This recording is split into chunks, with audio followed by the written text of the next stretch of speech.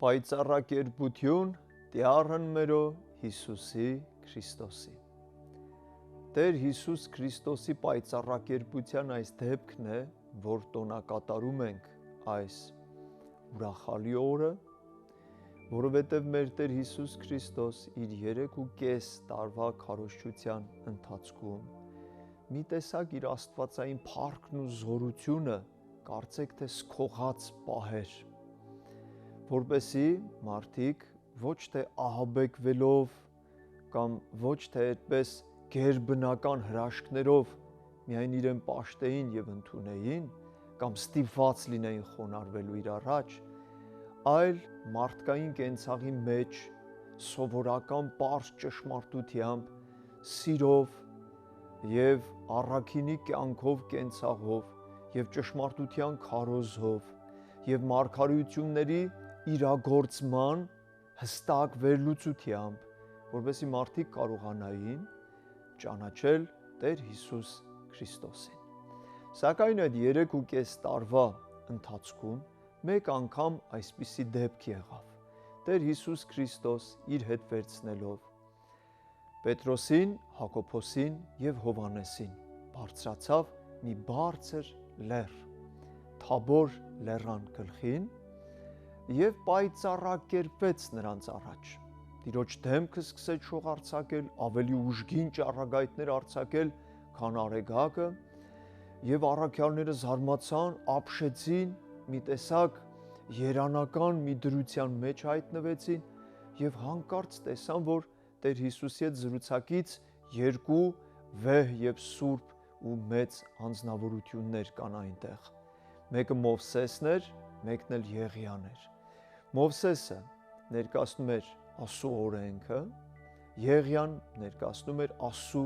մարգարեներին, եւ ահա օրենքը, մարգարեությունը եւ ավետարանը Տեր Հիսուս Քրիստոս միմյանց հետ խորհրդակցում էին։ Սուրբ առաքյալները նույնիսկ տեղյակ եղան այդ խորհրդակցության թեմային, լսեցին, թե ինչի մասին են խոսում, որտեղ նրանք խոսում էին Տեր Հիսուսի վախճանի մասին, այն որ պիտի կատարվեր Երուսաղեմում օրեր անց։ Եվ հետաքրքիր է, որ օրենքը, մարգարեությունները, սրանք ամբողջ մարդկությանը նախապատրաստեցին, որպեսզի մարդկությունը ստանար ավետարանը, փրկչին իր մեջ ընդուներ եւ հավիտենական փրկության շնորհն ընդուներ։ Ահա այսպիսի մի վեհ, սուրբ եւ զորավոր խորհրդակցություն տեղի ունեցավ Թաբոր լեռան գլխին պայծառակերպության այս օրը։ Այնչափ այդպես հմայված, ուրախացած, ոգևորված, խաղաղված եւ ապահով էին իրենց զգում սուրբ առաքյալները իտես այս երանելի տեսարանին, որ Պետրոսը նույնիսկ ասաց. Տեր, լավ է, որ մենք այստեղ ենք, 3 տաղավարներ շինենք, մեկը քեզ, մեկը Մովսեսի, մեկը Եղիայի համար։ Եվ մենք էլ այստեղ մնանք, որովհետև շատ այդպես ուրախացած էին նրանք, մի տեսակ մի ուրիշ հոգեվիճակի էին եկած։ Եվ այս վիճակն է, որ սուրբ վարդապետները կոչում են երանելի տեսություն, եւ թերևս փրկության ու հավիտենական կյանքի մեջ հենց այսպիսի երանելի տեսության պիտի արժանանան սուրբերը, որ հարաշան պիտի ներկա լինեն անմահ ու հավիտենական Աստծո փառքին։ Եվ սակայն Պետրոսը չգիտեր, թե ինչ էր խոսում, որովհետև այդ պահը պիտի վերցվեր իրենցից եւ իրենք պիտի վերադառնային եւ Տեր Հիսուս պիտի խաչի ճանապարհով քայլեր, այն, որից իրենք խուսափում էին եւ որի մասին լսել նույնիսկ չէին ուզում, երբ որ Տեր Հիսուս իրենց բացատրում էր իր խաչվելու մասին, որ ինքը պիտի չարչարվի, նեղություն կրի, պիտի սպանվի, Պետրոսը մի կողմ տանելով նույնիսկ հանդիմանեց Տիրոջ, այդ աստիճան իրենք չէին ուզում, սակայն աստվածային տնօրինությունը վեր է մարդկային պատկերացումներից։ Ուստի մի ամպ հովանի եղավ նրանց վրա եւ մի ձայն լսվեց երկնքից, ահա սա է իմ սիրելի որդին, դրան հետևեք, եւ ամպը վերացավ եւ այնուհետեւ ոչ Մովսեսին տեսան, ոչ Եղիային տեսան,